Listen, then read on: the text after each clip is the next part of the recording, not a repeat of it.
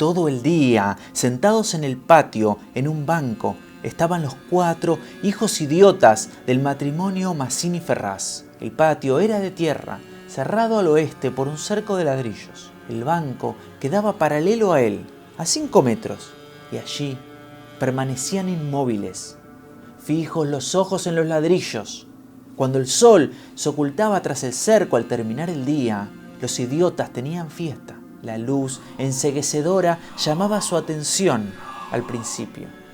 Poco a poco sus ojos se animaban y al fin reían estrepitosamente, congestionados por la misma hilaridad ansiosa, mirando el sol con alegría bestial, mirándolo como si fuera comida.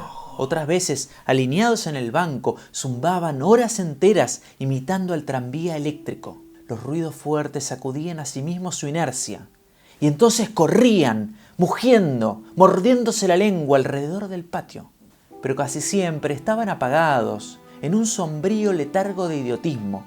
Pasaban todo el día sentados en el banco, con las piernas colgantes y quietas, empapando de glutinosa saliva el pantalón. El mayor tenía 12 y el menor tenía 8. En su aspecto sucio y desvalido se notaba la falta total de un poco de cuidado maternal. Esos 4 idiotas habían sido, sin embargo, un día el encanto de sus padres. A los 3 meses de casados, Mazzini y Berta orientaron su estrecho amor de marido y mujer y marido hacia un porvenir mucho más vital, un hijo. Qué mayor dicha para 2 enamorados que esa consagración de su cariño, liberados al fin del vil egoísmo del amor mutuo, sin fin alguno. Así lo sintieron Mazzini y Berta. A los 14 meses, cuando llegó su hijo, sintieron cumplida su felicidad. La criatura creció bella y radiante hasta que tuvo 1 año y medio. Pero el 20º mes, a la noche, lo sacudieron convulsiones horribles. Y a la mañana siguiente ya no conocía a sus padres. El médico lo examinó con esa mirada profesional de médico que visiblemente está buscando la causa del mal en las enfermedades de los padres. Después de unos días, los miembros paralizados volvieron al movimiento, pero la inteligencia, el alma y aún el instinto se habían ido del todo. Había quedado profundamente idiota, baboso, colgante, muerto para siempre sobre las rodillas de su madre. Hijo querido, sollozaba ésta sobre aquella espantosa ruina de su primogénito. El padre desolado acompañó al médico afuera. A usted se lo puedo decir, esto es un caso perdido. Se lo va a poder educar hasta el punto que su idiotismo lo permita, pero no más allá. Bueno, doctor, ¿usted cree que esto es herencia que...? Respecto a la herencia paterna, yo ya le dije lo que creía cuando vi a su hijo. Respecto a su esposa, bueno, ahí hay un pulmón que no sopla bien. No veo nada más, pero hay un soplo un poco rudo. Hágala examinar. Con el alma destrozada de remordimiento, Mazzini redobló el amor por su hijo, el pequeño idiota.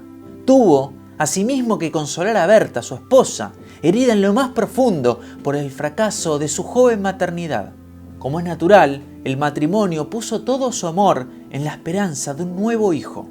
Nació este, y su salud y limpidez de risa reencendieron el porvenir extinguido. Pero a los 18 meses las convulsiones del primogénito se repetían, y al día siguiente amanecía idiota. Esta vez los padres cayeron en una honda depresión. Su sangre, su amor estaban malditos, especialmente su amor. 28 años él, 22 ella. Todo el amor y el cariño que se tenían no eran capaces de crear un átomo de vida normal.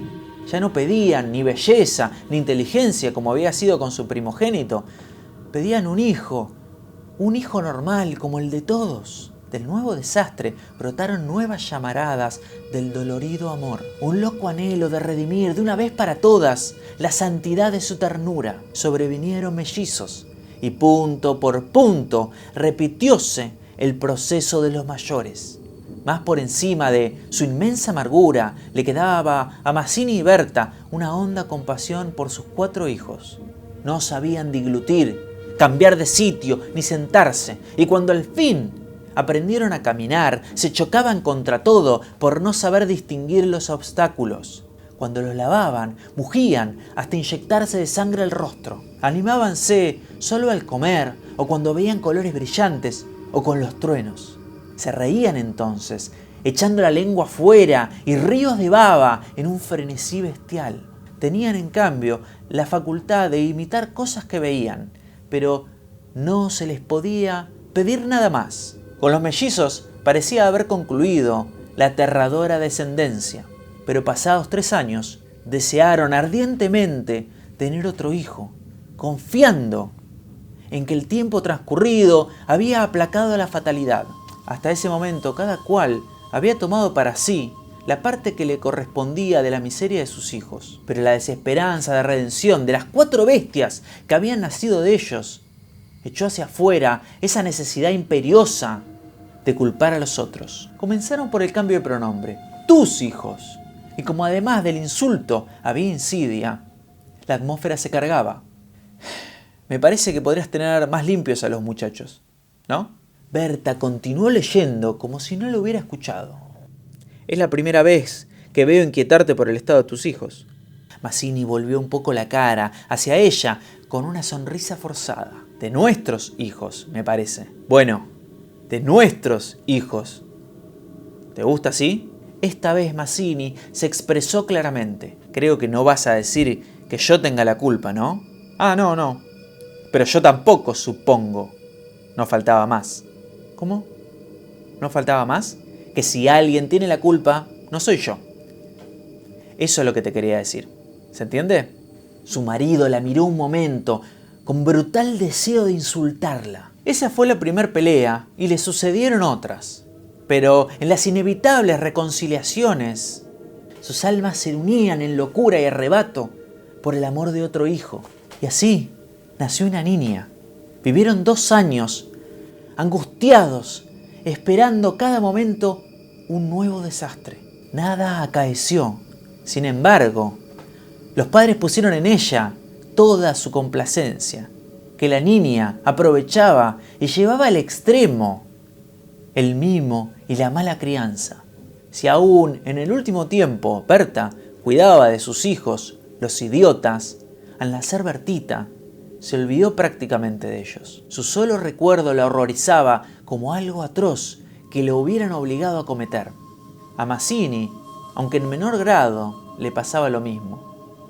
Pero la paz no había llegado. La menor indisposición de su hija echaba ahora hacia afuera el terror de perderla y los rencores de su descendencia podrida. Antes se contenían por la falta de éxito mutuo, pero ahora que el éxito había llegado, ambos se lo atribuían a sí mismos y sentía mayor la infamia de los 4 engendros que el otro le había obligado a crear. Con esos sentimientos ya no hubo más cariño para los 4 hijos idiotas.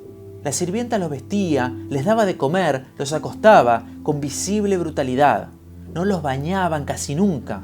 Estaban todo el día sentados mirando el cerco, abandonados de toda remota caricia. De este modo, Bertita cumplió 4 años. Esa noche, resultado de las golosinas que había comido Bertita, que sus padres le era imposible negárselas, Bertita tuvo algo de fiebre y escalofríos.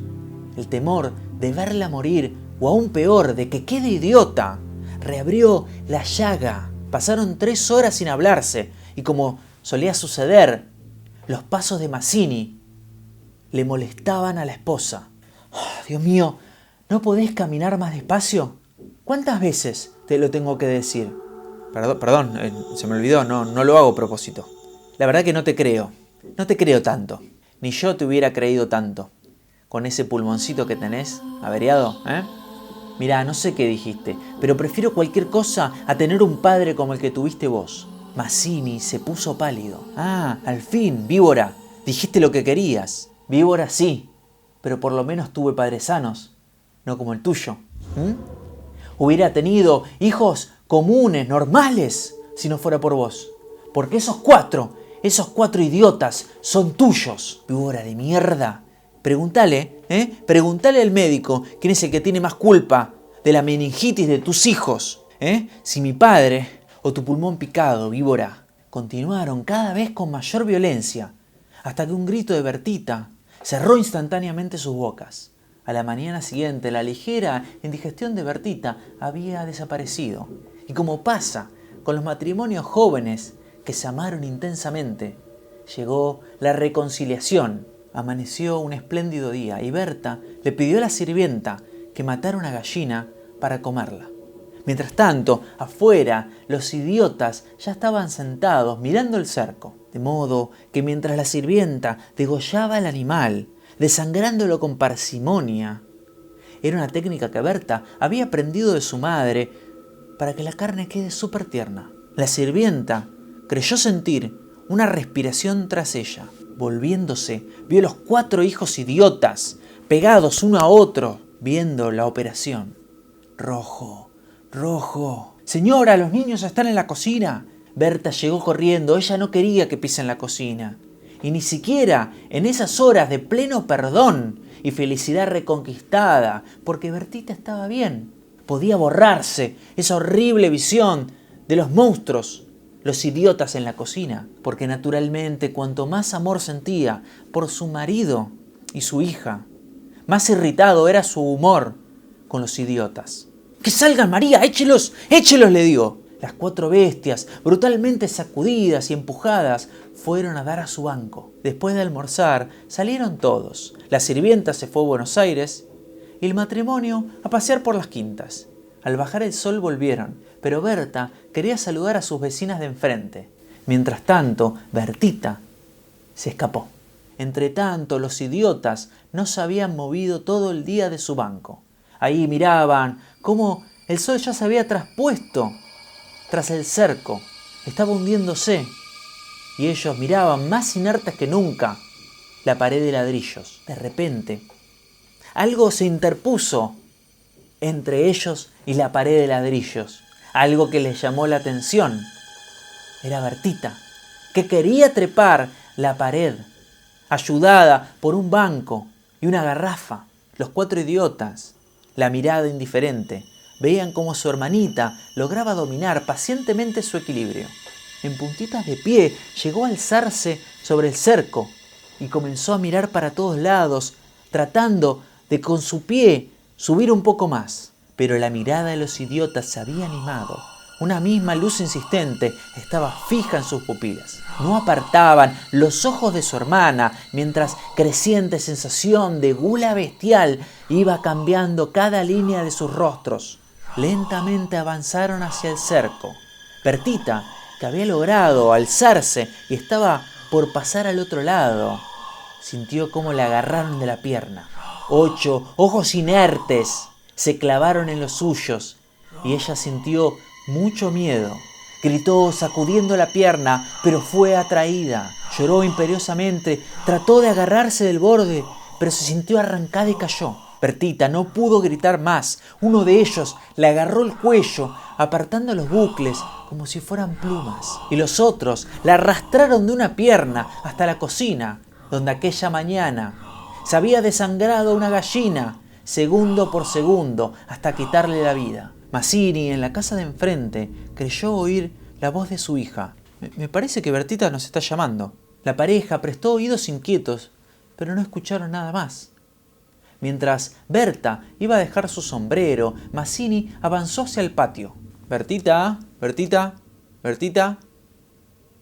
Nadie respondió. Alzó la voz, ya alterada, y el silencio fue tan fúnebre para su corazón, siempre alterado, que la espalda se le heló con un horrible presentimiento. «¡Mi hija!». Berta se lanzó a correr cuando escuchó el angustioso grito del padre. Berta, al precipitarse en la cocina, su marido, lívido como la muerte, la detuvo. «No entres». Berta alcanzó a ver el piso inundado de sangre y lo único que pudo hacer es hundir su cabeza entre sus brazos. La gallina degollada, Horacio Quiroga.